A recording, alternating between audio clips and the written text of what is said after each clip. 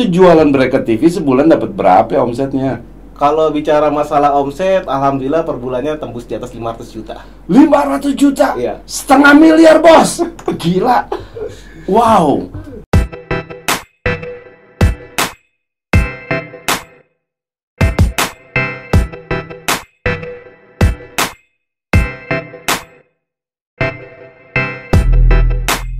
Assalamualaikum warahmatullahi wabarakatuh. Selamat datang kembali di studio podcast PMI Love All, Serve All. Apa kabar teman-teman sekalian? Saya rasa sudah berada di dalam kondisi terbaik dan selalu luar biasa. Jangan lupa bahagia.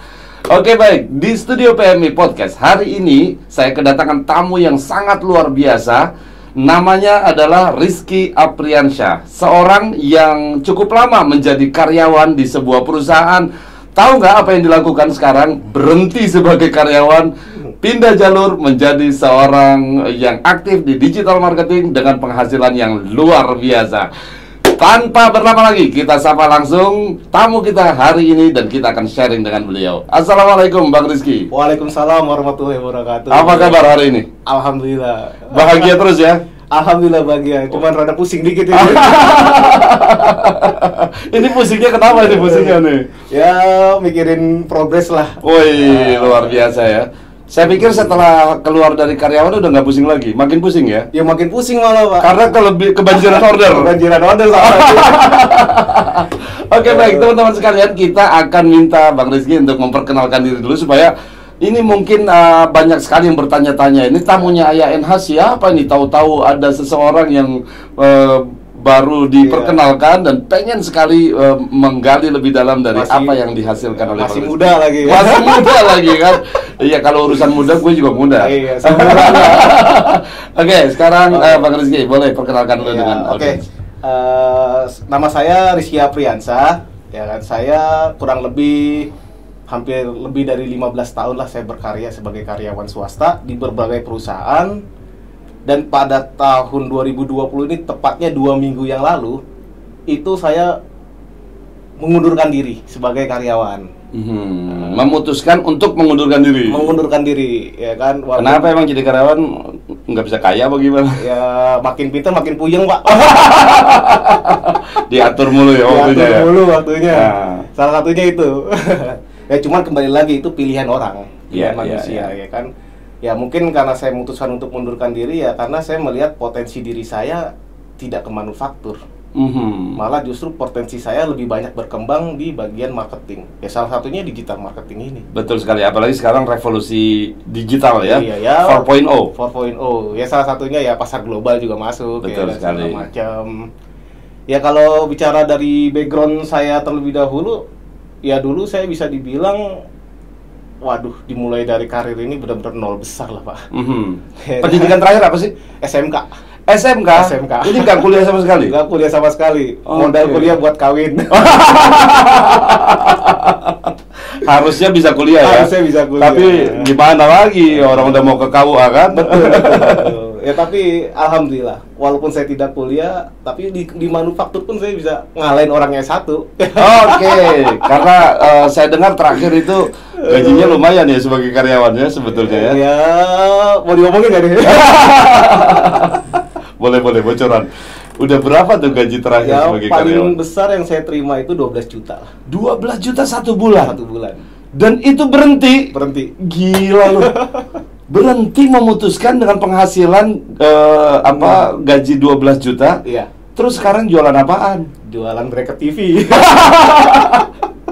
Gila, jual Bracket TV. Bracket TV aja, Oke, ini sekedar supaya teman-teman semuanya yang ada di rumah, pemirsa dimanapun Anda berada, kita mengambil inspirasi dari seorang anak muda yang berani berhenti dari karyawan dengan gaji 12 juta satu bulan, cuman jualan Bracket TV. Sorry. Berapa omset sekarang sebagai seorang yang aktif menjual di digital marketing untuk Bracket TV ini? Kalau bicara kita dari omset ya, ya saya sebetulnya pengen mereview dulu nih sedikit perjalanan hidup ya Pak ya.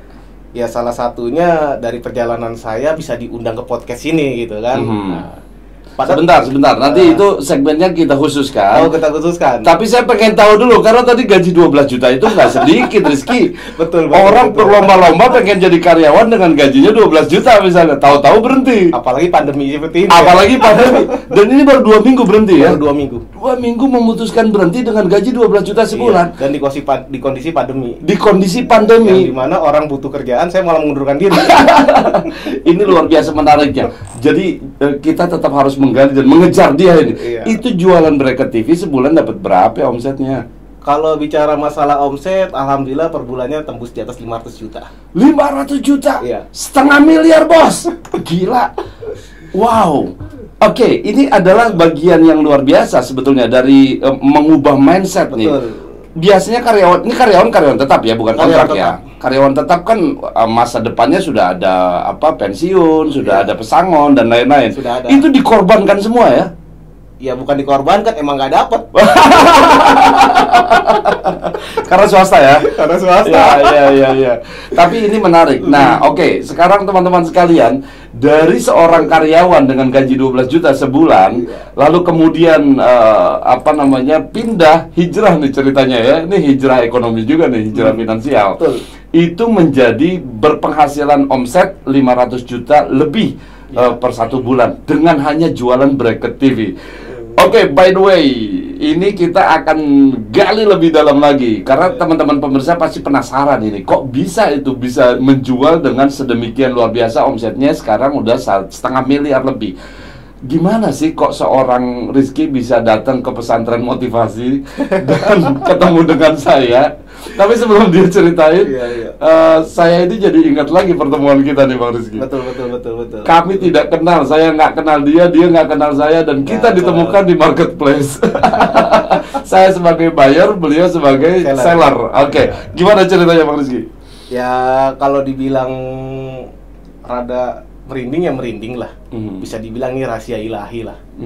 Karena ya mungkin ini hidayah juga buat saya gitu loh, Pak ya. Amin. Ya kalau kita flashback ke tahun 2018. Di tahun 2018 itu di sini saya mau ngebongkar bukan bicara omset. Saya bicara profit. Yang dimana profit saya itu di 2018, tepatnya di bulan Januari sampai Maret.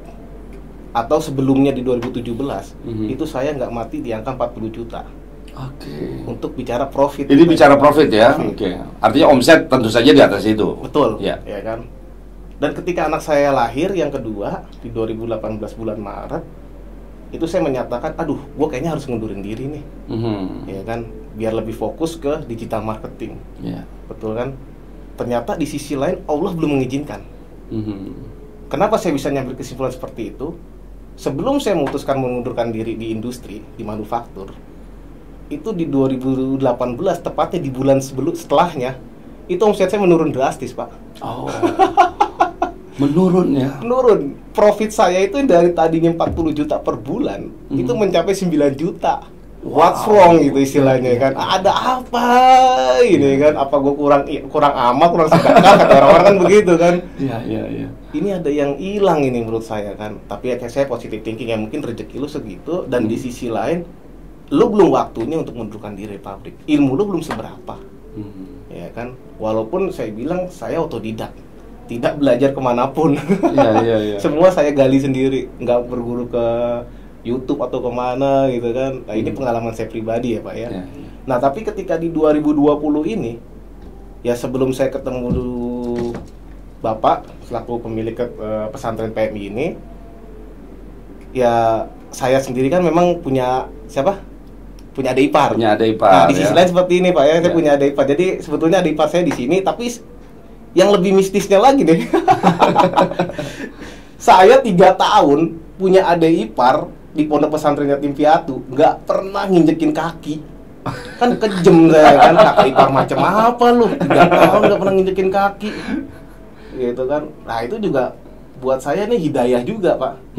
3 tahun saya nggak pernah nginjekin kaki, tapi masya Allah, lu ikut tarik lu, ya kan. Nih dengan cara apa? Pak Kiai sendiri ngorder ke saya lewat marketplace. Jadi teman-teman sekalian, adik iparnya Bang Rizky Afriansyah ini adalah santri di Pesantren Motivasi Indonesia. Iya. Dan dia 3 tahun tidak pernah datang ke tempat ini, kecuali istrinya yang cukup rutin ya untuk datang menyambangi adiknya di tempat ini. Aduh. Dan kami dipertemukan lewat cara yang sangat luar biasa. Dan ini seperti yang tadi Bang Rizky ceritain, ini adalah salah satu cara langit lah mempertemukan kita. Betul. Nah, akhirnya apa yang kemudian bisa di-share ya setelah Ya, pertemuan jadi, kita ini? Intinya adalah 2018 saya pengen mengajukan resign, tapi ternyata Allah belum mengizinkan. Tapi beda hal di 2020 ini.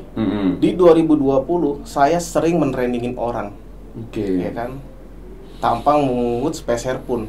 Artinya saya pengen membangun biar pinterin orang lah dengan cara gayanya saya, gitu kan. Ya bisa dibilang gayanya saya adalah gaya otodidak.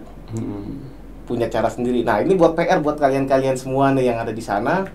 Pada dasarnya ketika Anda mengembangkan potensi diri Anda sendiri secara otodidak atau setidaknya amati tiru modifikasi, ya kan? Tapi Anda bisa mengembangkan potensi itu sendiri, itu malah justru lebih dahsyat daripada Anda harus berguru tapi Anda tidak bisa mengembangkan potensi diri Anda.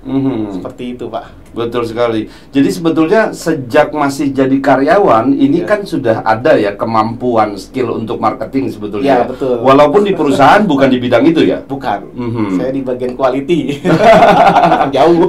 Quality control ya Quality untuk control. sebuah produk ya. Betul. Nah, kemudian setelah berbagi dengan banyak teman-teman yang mau belajar, kemudian di-share itu ilmunya tanpa memungut bayaran. Iya. Dan itu semakin menguatkan, mudah-mudahan ini jalan Tuhan untuk mengambil keputusan Betul. berhenti begitu ya dari Ini karyawan. bisa dibilang rahasia ilahi juga, Pak.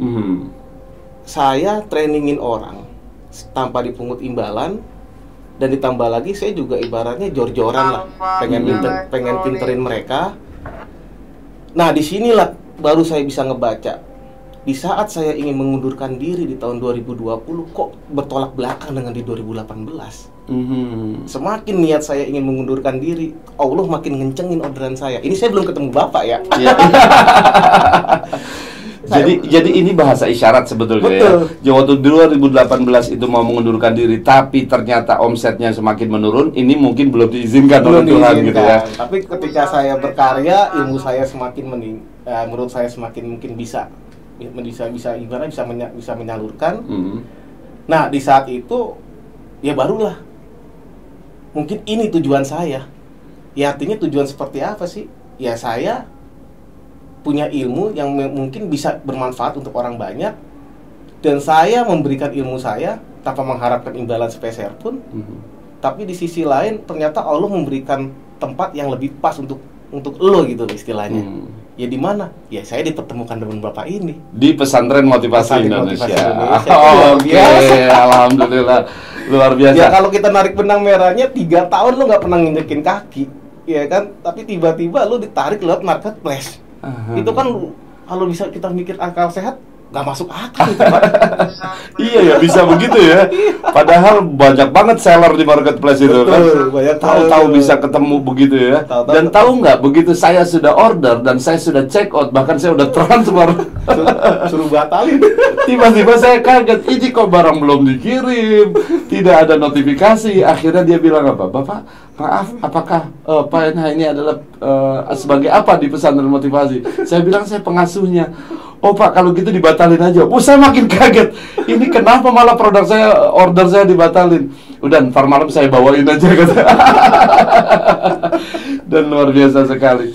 Oke, baik, teman-teman sekalian, kita masuk segmen berikut, dan ini yang akan lebih menarik sekali karena saya akan bawa supaya Bang Rizky buka-buka nama kita sekarang ya. Nah, ini startingnya dari suara notifikasi yang baru saja mungkin Anda mendengar semua. Saya silent. Jadi menurut saya nggak apa-apa, nggak usah di silent ya. Ini yang membuat saya pertama kali sebetulnya agak excited dengan Bang Rizky ini. Kenapa? Pertama kali beliau datang ke sini itu kita ngobrol dari habis Isya sampai subuh. Azan subuh. Sampai azan subuh. Setelah sholat Isya sampai azan subuh. Dan Anda tahu, sepanjang obrolan kami Ini bunyi kayak gini gak berhenti-berhenti. Jadi notifikasi terus. Saya baru tanya begitu di tengah-tengah, itu bunyi apa sih dari tadi? Ini Pak, order masuk Pak. Order. Jadi semalaman aja udah puluhan order yang masuk. Hampir ratusan. Hampir ratusan order yang masuk. Karena dia bukan hanya punya satu toko, bahkan puluhan toko yang ngepung di banyak tempat di Indonesia Raya ini. Oke, baik, pasti penasaran ya. Kita akan menggali lebih jauh lagi bagaimana konsep digital marketingnya seorang Rizky Apriansyah sehingga memiliki omset lebih dari 500 juta sebulan. Baik, Bang Rizky, ini tentu saja kalau kita bicara digital marketing basisnya adalah internet. Iya. Karena kita tahu bahwa sekarang ketika kita bicara marketing, pasarnya sudah global juga dan orang sekarang sudah pegang handphone semuanya. Nanti sambil pertanyaan ini dipikirin jawabannya, teman-teman, ini notifikasi bunyi terus. Nanti di ujung obrolan kita akan tanya berapa ratus tuh transaksi yang terjadi. Saya silent gak ya? Dan beliau sedang mengembangkan sekarang satu konsep kerjasama dengan dengan yang lain untuk menyederhanakan supaya puluhan toko yang ada di satu handphone ini bisa akan tertangani hanya lewat satu aplikasi saja. Nah, kita tunggu aja nanti tanggal mainnya ya. Oke, baik, Bang Rizky, ini tadi kita bicara bahwa basis digital marketing adalah internet. Menurut Bang Rizky, sebetulnya kesadaran orang Indonesia terhadap internet itu udah tinggi apa belum sih? Kalau kesadaran sebenarnya tinggi, Pak. Tapi kepercayaan yang masih rendah. Oke. Kepercayaannya yang rendah ya. Kalau saya akui lah, kalau internet mungkin dari grafik pemakaian internet makin meningkat ya. Betul sekali. Tapi kan di sisi lain namanya kita digital marketing itu kan jual beli. Nah, di sini yang kalau saya lihat itu ya sebetulnya ya kepercayaan yang minim. Nah, mungkin dari segi ya barang nggak sesuai lah dengan gambar atau apalah ya pendapat pembeli itu banyak. Kalau konteksnya jual beli lewat internet memang masih sedikit ya kepercayaan orang ya. Betul. Tetapi kalau dari sisi user orang menggunakan internet pasti banyak banget. Cuman paling buat video game atau WA-an, sosmed. Sayang banget itu. Sayang banget. Nah, ini yang menarik. Rasanya Anda yang sudah jadi orang tua dan punya anak-anak muda atau anak-anak yang sekarang sudah megang gadget, dan kita tahu ya bahwa sekarang anak-anak kita ada berapa? 4, 5 atau 2, minimal satu orang satu gadget gitu ya. Tapi sayang banget seperti yang tadi Bang Rizky bilang, punya handphone bagus, kuotanya banyak, difasilitasi, tapi tidak menghasilkan. Nah, apa yang membuat seseorang harus mulai mengubah mindsetnya bahwa lewat handphone ente bisa jadi kaya raya, begitu kan ya? Iya, betul. Gimana memulai mindset ini? Peluangnya seperti apa sih sebetulnya untuk masuk ke digital marketing ini? Kalau saya ya tahap awalnya sih dulu cuma ngeliat potensi peluang sih. Yang dulu coba saya dari profesi saya terendah sampai sekarang udah saya lalui semua untuk sebagai riset. Ya kan? Kita sebagai orang coba ibaratnya pengalaman itu kita jadikan riset yang dimana ternyata saya ngelihat peluang besar di digital marketing. Mungkin bisa dibilang telat, ya kan? Tapi untuk semua teman-teman yang ada di sana nggak ada kata terlambat untuk memulai. Betul. Yang penting pertama ada niat, kemauan, dan satu prinsip. Nah, dari prinsip itu kita bisa jadi lebih semangat. Karena apa? Kita punya target dalam hidup. Kalau Bang Rizky sendiri prinsipnya apa nih dalam membangun konsep di digital marketing ini? Berbagi, Pak. Berbagi. Oke. The power of giving ini ya, kedahsyatan berbagi. Berbagi seperti apa yang sebetulnya dimaksudkan oleh Bang Rizky ini? Ya, kalau buat saya pribadi agak berat juga ini saya ngomongnya ya, Pak ya. Nggak apa-apa. Mudah-mudahan ini menginspirasi semua teman-teman dan menginspirasi kita. Buat saya pribadi ya uang itu bukan tolak ukur buat saya. Oke. Ya kan. Karena dari masa lalu yang dulu, masa lalu saya yang kelam, ya bisa dibilang saya udah tobatan nasuha. Nah, ini sebentar ini belum kita ungkap dari tadi. Masa lalu yang kelam dan sekarang udah tobatan nasuha. Teman-teman tahu apa profesi dia? Di depan saya sekarang sedang bicara dengan seorang dan memang ini masa lalu yang kelam karena seringkali berinteraksi secara langsung di internet tapi kemudian hasil yang didapat walaupun dengan cara-cara yang tidak baik itu ditujukan untuk membantu orang-orang lain gitu ya. Tapi bagaimanapun yang namanya kebaikan itu kalau caranya nggak benar pasti gelisah ya. Iya, gitu betul. ya. Walaupun secara nalar saya berbagi, nggak saya ambil sepeser pun, ya tetap hati saya nolak. Sorry, itu kepikiran awalnya apa itu? Apa karena memang awalnya kasihan ngelihat orang lain perlu dibantu ente nggak punya duit gitu? Atau karena memang dapat inspirasi ngelihat film atau gimana itu? Ya nggak tahu Pak, ngalir gitu aja kalau saya sih. Ngalir aja ya? Karena ya kembali lagi saya bilang dari awal, ilmu otodidak itu berkembangnya lebih dahsyat. Karena apa ya, kembali lagi dari dirinya itu, dari orang tersebut lah. Yang dimana sebetulnya dia punya potensi. Ya kan, dengan belajar otodidak pun dia bisa lebih berkembang, malah lebih dari gurunya. Gitu. Ya memang tidak saya pungkirin, saya pun juga sekedar sharing dengan beberapa orang, ya kan. Tapi ya selama ini saya sharing hanya ketemu satu arah aja, Pak. Iya. Nah, menjadi saat itu ini mungkin istilah yang bagi sebagian orang agak ngeri-ngeri dikit ya. Ngeri-ngeri dikit. Walaupun sebetulnya sekarang kalau kita buka internet, di googling aja misalnya ada sekolah Indonesia gitu kan. Sekolah yang mencetak, tapi sebetulnya itu istilah saja sebenarnya, karena yang mau dibangun adalah bagaimana membangun suatu sistem menjaga keamanan server, keamanan program dan lain-lain, begitu kan ya? Betul. Jadi sebetulnya dari kemampuan saya sendiri pun saya nggak diambil ke sisi negatifnya, Pak ya. Dari sisi lain saya lebih peka dalam hal membaca algoritma suatu sistem. Begitu aja. Jadi setiap sebetulnya dari hobi saya yang sering ngacak-ngacak aplikasi orang, sering ngelihat pretelan-pretelannya dia, jeroannya segala macem. Dari situlah saya tahu permainan itu aplikasi larinya kemana. Dan itulah yang membuat Anda memutuskan menjadi seorang digital marketer. Betul. Karena juga bisa melihat algoritma ya. Istilahnya seperti itu. Tapi sejauh ini legal kan ya? Legal semua. Soalnya saya agak ngeri, jangan-jangan penyakit lama kambuh lagi gitu. Saya kembali lagi kan, ya walaupun dulu saya nakal, istilahnya tolak ukur saya bukan uang. Gitu. Betul. Makanya saya hati saya berontak.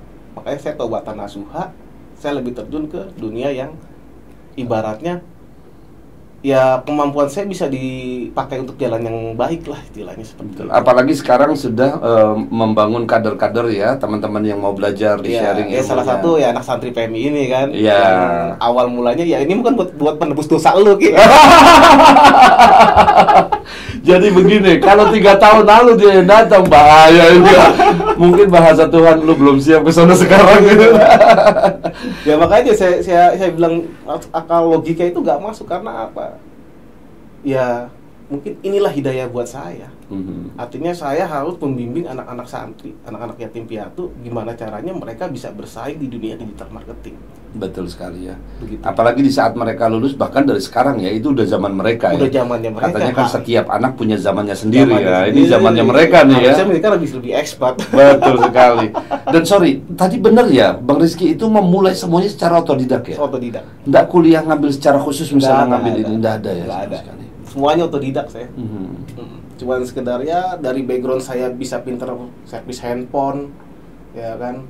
Dari pengalaman saya bisa ngoprak-ngaprek jeroan aplikasi. Oh, jadi hardware juga dikuasai juga itu ya? Ya kurang lebih ya. Hardware. Okay. Ya terutama saya lebih cenderung dulu hobinya ke handphone gadgetnya.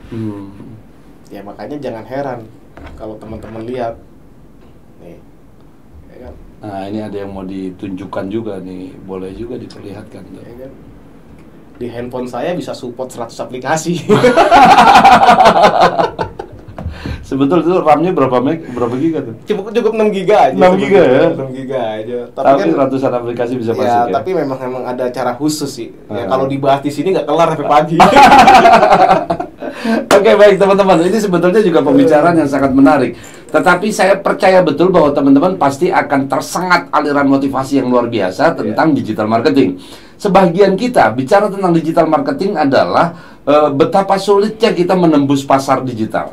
Contoh misalnya, Anda punya satu produk. Nah, ini termasuk produk yang kita punya sekarang ini ya. Ini sengaja diiklankan ya. Ente boleh minum sekarang ya. Boleh. Buat anda yang membutuhkan dalam jumlah besar untuk produk minum santri, boleh pesan ke Pesantren Motivasi Indonesia. Habis gue bikin siaran dari kemarin kagak ada sponsor, gue bikin sponsor sendiri.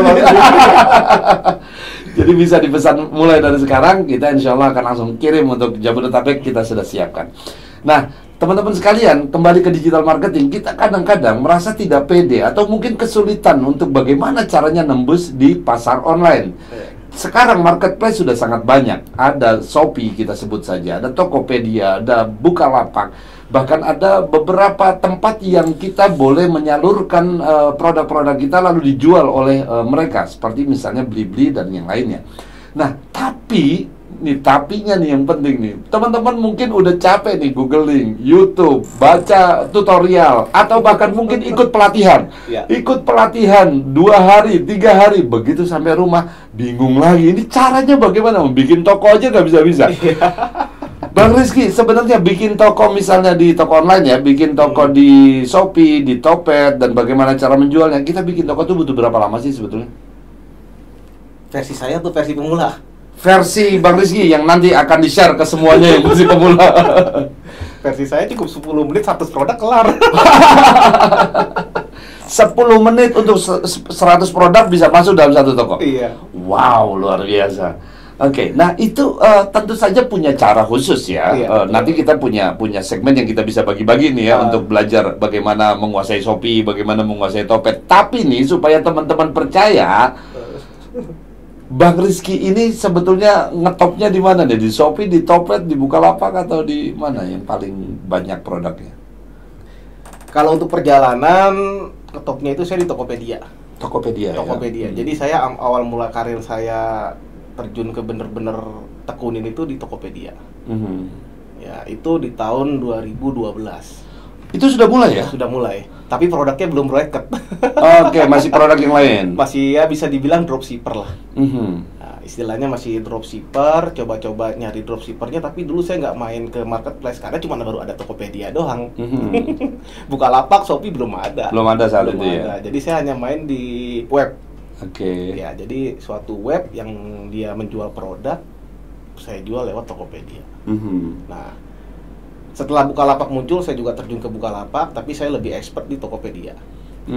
Gitu. Kenapa lebih expert? Bukannya sama aja tuh Shopee sama Tokopedia? Beda ya? Ya, ini mungkin bisa dibilang tambahan materi buat saya. Bingung ya tambahan materi apa ya? Iya, saya memandangnya begini, ini kan unicorn yang baru bermunculan gitu ya. Ada Tokopedia, ada Bukalapak, ada Shopee. Pikiran saya sama aja itu. Iya. Jadi gini, Pak. Beda. Saya 2012 terjun ke Tokopedia. Iya kan? Dan akhirnya saya bisa ngebangun dinasti saya. Beberapa reseller, walaupun saya sendiri bisa ngebangun sendiri. Jadi resellernya Anda sendiri? Sebetulnya, tapi kembali lagi konsepnya kan berbagi saya kan. Ya. Akhirnya berdasarkan rekrutan saya, orang-orang ibaratnya bisa diandalkan, ya saya terima jadi reseller saya. Gitu. Ya walaupun kembali lagi prinsipnya saya sendiri bisa bikin reseller. Tapi ya tentu saja dengan berbagi mengangkat banyak derajat orang kan. Betul ya, yang bilang tadi lah. Bantu doa. Bantu doa, ya. Mata rantai kebaikan. Oke. Kan kita nggak tahu doa siapa sih yang dikabulin nih. Betul sekali. Jadi begini teman-teman sekalian, sebelum dilanjutkan oleh Bang Rizky, saya sempat tanya kenapa kok memperbanyak orang reseller yang sebetulnya kalau dia mau raup sendiri juga bisa. Dia menjawab dengan sangat sederhana, yaitu apa?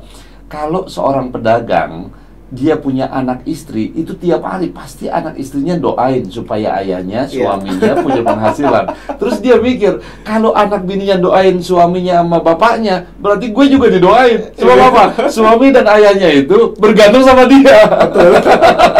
Kurang lebih gitu lah. Jadi ini mata rantai kebaikan dalam doa ya. Dalam doa. Betul. Kita nggak tahu kan, ya mungkin bisa saya seperti ini ya mungkin karena ya doa-doa mereka juga tidak kita pungkirin, ya kan? Karena saya nyadar diri, saya aja juga sholat juga masih jarang.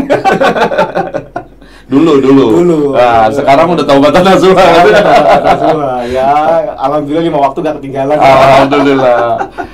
Nah, sekarang membangun kerajaan untuk di Tokopedia. Ini kerajaan toko ini maksudnya di seluruh toko yang ada di Topet atau produk yang dijual? Konsep saya seperti ini.